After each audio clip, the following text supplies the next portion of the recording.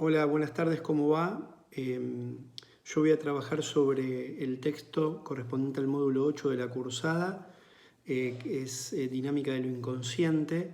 El tomo de Editorial Amorortu es el 14, Contribución a la Historia del Movimiento Psicoanalítico, trabajo sobre metapsicología y otras obras, y me focalicé sobre todo en el texto de la represión a partir de la página 135. En este texto Freud plantea que no podemos huir de un estímulo interior como sí lo podemos hacer de un estímulo exterior.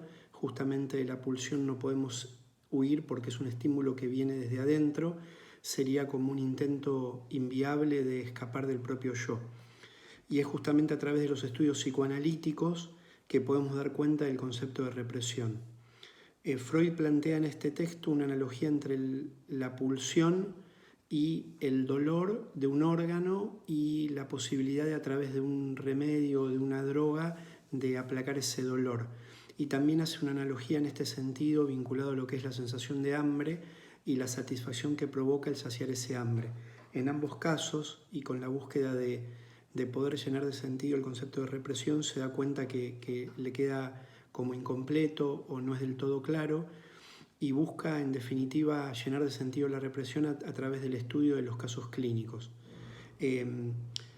Expone que la represión no existe desde el origen, sino que tiene que haber una separación clara entre el inconsciente y lo consciente, y su esencia fundamental es rechazar y mantener alejado de la conciencia algo que es insoportable para ella. Plantea dos instancias o dos estadios fundamentales de la represión. Habla de una represión primaria o primordial que consiste en que el agente representante de la pulsión se le deniega el acceso a la conciencia. Esta represión primaria es estructural y es fundante del inconsciente e inaccesible. Se produce una fijación. La agencia representante permanecerá inmutable y ligada a ella. Esta es la represión fundante de lo inconsciente. Por esto hablamos de un inconsciente estructural. Y por otro lado, hablamos de la represión propiamente dicha, que es lo que él nombra como esfuerzo de dar caza, que recae sobre retoños psíquicos de la agencia representante reprimida o itinerarios de pensamiento que han entrado en vínculo con ella. Debido a este vínculo con lo reprimido primordial, estas representaciones también son reprimidas. De esta manera tenemos noticias a través, digamos, de la represión propiamente dicha, tenemos noticias a través de los síntomas, los sueños, los actos fallidos y que vienen a ser en definitiva, o chistes, que vienen a ser en definitiva las formaciones sustitutivas. No es solo la repulsión desde lo inconsciente sobre lo que se reprime, sino también la atracción desde lo reprimido primordial hacia todo aquello con lo que se puede conectar eso reprimido primordial.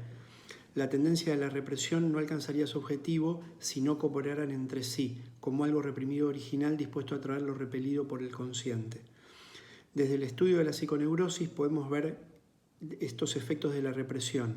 La represión no impide que la agencia representante de la pulsión continúe organizándose y formándose nuevas instancias o nuevos retoños de lo reprimido y anudando nuevas conexiones. La represión perturba exclusivamente el vínculo con ese contenido inaceptable en el camino o en el vínculo hacia el sistema consciente.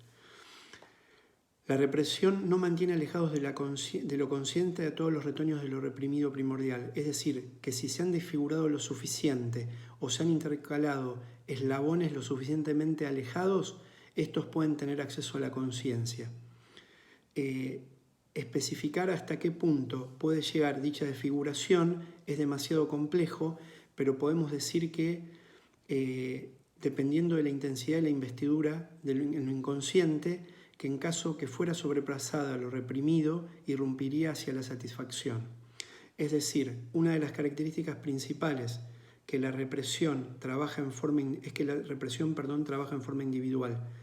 Cada retoño de lo reprimido tiene su destino particular. El menor cambio en la desfiguración puede cambiar sensiblemente el resultado. Otra característica principal de la represión es que es móvil, es decir, no es algo que ocurre de una sola vez y listo, sino que exige un gasto de fuerza constante. Es decir, que lo reprimido exige un gasto de fuerza permanente hacia lo consciente y a su vez existe una contrapresión permanente para justamente reprimirlo. En este punto Freud plantea que la representación tiene un componente clave que es el monto de afecto, es decir, que al hablar de represión vamos a considerar por un lado la representación en sí y por otro lado el monto de afecto o energía pulsional asociada a esa representación. La represión tiene como objetivo fundamental evitar el displacer. Es por esto que el destino del monto de afecto sea más importante que el destino de la representación en sí. Si la represión no evita que nazcan sensaciones de displacer, podemos decir que la represión ha fracasado, incluso aunque haya alcanzado su meta sobre la representación. Como conclusión y resumen al texto leído, me gustaría compartir que analizando este texto me surge comentar que Freud trabaja en una forma incansable para respaldar en forma científica todos sus conceptos. Intenta a través de ejemplos simplificar el proceso que está explicando, justificar y llenar de sentido lo que expresa. Y también surge bastante claro que él tiene como un compromiso muy grande en lograr convencer a sus detractores de lo que está explicando y que no solo está pensando en cómo va a defender ante los detractores lo que está explicando, sino que tiene una capacidad crítica y autoexigente implacable. En esto está incluido el reconocer aspectos que son mejorables y que serán objeto de estudios de sus futuros trabajos al mismo tiempo que los está llevando a cabo. Muchas gracias.